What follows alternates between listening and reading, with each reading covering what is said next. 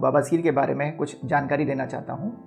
बवासीर ऐसी बीमारी है जो हर दूसरे आदमी को है, लेकिन हम लोग उसको समय पर पहचान नहीं पाते, इसलिए हम नुकसान उसका बाद में भुगतते रहते हैं।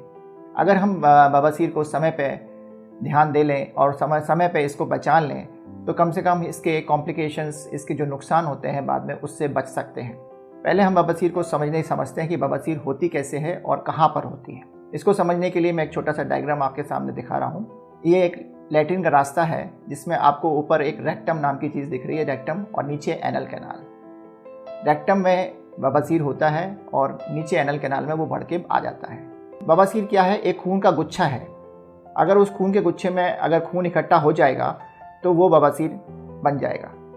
अब बवासीर कैसे बढ़ती है, बवासीर कैसे बनती है, ये मैं आपको बताता हूँ। ये खून की नसें जो आपको दिख रही हैं, इसमें खून का दबाव आता है।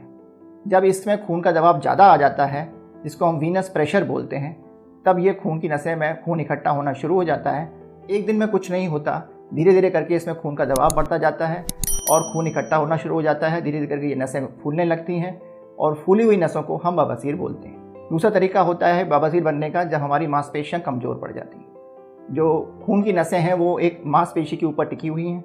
अगर वो हमारी मांसपेशियां कमज़ोर हो जाएंगी तो खून की नसें नीचे लटकने लगेंगी, नीचे खिसक के नीचे आ जाएंगी, जिसको हम बवासीर बोलेंगे। तीसरा तरीका होता है कि जब हम जोर लगाते हैं, जब हमारी नीचे का स्फिंक्टर जिसको बोलते हैं वो कमज़ोर पड़ जाता है। अगर स्फिंक्टर कमज़ोर पड़ जाएगा तो उसमें बवासीर निकल के बाहर आ जाएगी, तो उसको भी एक तरह का बवासीर बोला जाता है।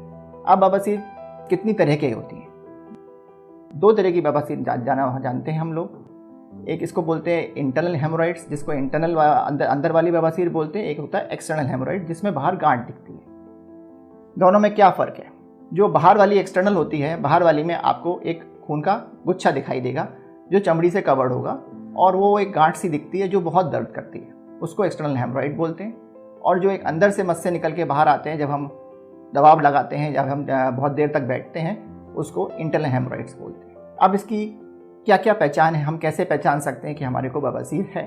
सबसे बड़ी अहम बात होती है कि जब हमें लैट्रिन करने में बहुत देर तक बैठते हैं, जब हम टॉयलेट सीट पे बहुत देर तक बैठते हैं, तब लैट्रिन निकलती है तो समझ लीजिए आपको कोई दिक्कत शुरू होना हो गई है। दूसरा है कि अगर हमें कभी ब्लीडिंग आती है लैट्रिन के रास्ते, तो समझिए बवासीर बनना शुरू हो गई। या कब्जी रहती है आपको, कई बार आप कहीं बाहर खाना खाते हैं और खाना खाने के बाद आपको अगले दिन कब्जी हो जाए या लैट्रिन खुल के ना आए, तो समझ लीजिए आपको बवासीर बनना शुरू हो चुकी है।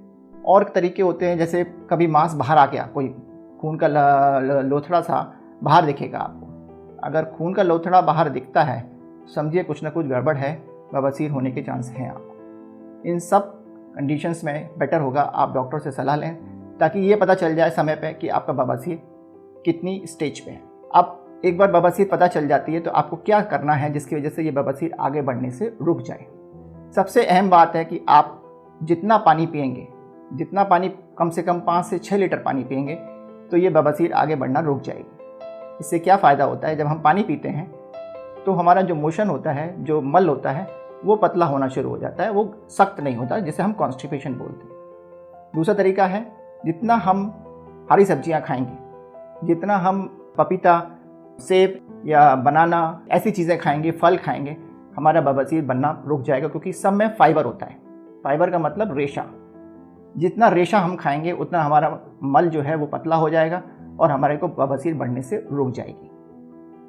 दूसरा, जितना अगर आप नॉनवेज खाते हैं, मीट मछली खाते हैं, तो उसको कम कर दीजिए, क्योंकि अगर आप मीट मछली खाएंगे तो इससे बवासीर बढ़ती चली जाएगी। अल्कोहल है, दारू है, सिगरेट है, जितना आप कम करते चले जाएंगे उतना आपको बवासीर बढ़ने से रुक जाएगी। जो बवासीर इनिशियल स्टेजेस की होती है, जैसे ग्रेड 1 जिसे बोलते हैं हम लोग, जो शुरू के स्टेज में आती है, उसको आप आराम से निजात पा सकते हैं।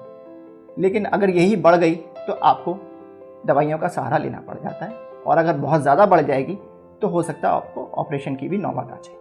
खाने के लिए आप कम से कम आटा जो इस्तेमाल करते हैं उसमें फाइबर होना चाहिए, जिसको कहते हैं ग्रेन, मल्टीग्रेन आटा जिसे बोलते हैं, जिसमें बहुत ज़्यादा ब्रान जिसे बोलते हैं वो होता है, वो फाइबर होता है। उसको जितना ज़्यादा खाएंगे उतना हमारे को फ़ायदेमंद होगा। जितना हम अपनी सेहत बनाएंगे, जितना हम एक्सरसाइज करेंगे, जितना हम वॉकिंग करेंगे, जितना हम स्विमिंग वगैरह एक्सरसाइज करेंगे, हमारी मांसपेशियाँ टाइट हो जाएंगी। जितना हम टाइट रखेंगे मसल्स को अपने, उतना हमारे को बवासीर आगे बढ़ने से रुक जाएगा। और बहुत सी चीज़ें हैं जैसे जिसको आप अवॉइड कर सकते हैं। लेट नाइट फूड है, फास्ट फूड है, जैसे पिज़्ज़ा बर्गर अगर हम रोज़ खाते हैं, इन सबको अवॉइड करना चाहिए। मिर्च मसाले कम से कम खाने चाहिए। और ये था बवासीर से को जड़ से ख़त्म करने का तरीका। इसके बारे में अगर आपको कोई और जानकारी लेनी है या इसके बारे में और डिटेल में पता करना है तो आप दिखाए हुए नंबर पे आप कॉल करिए और डॉक्टर से सलाह लीजिए। धन्यवाद।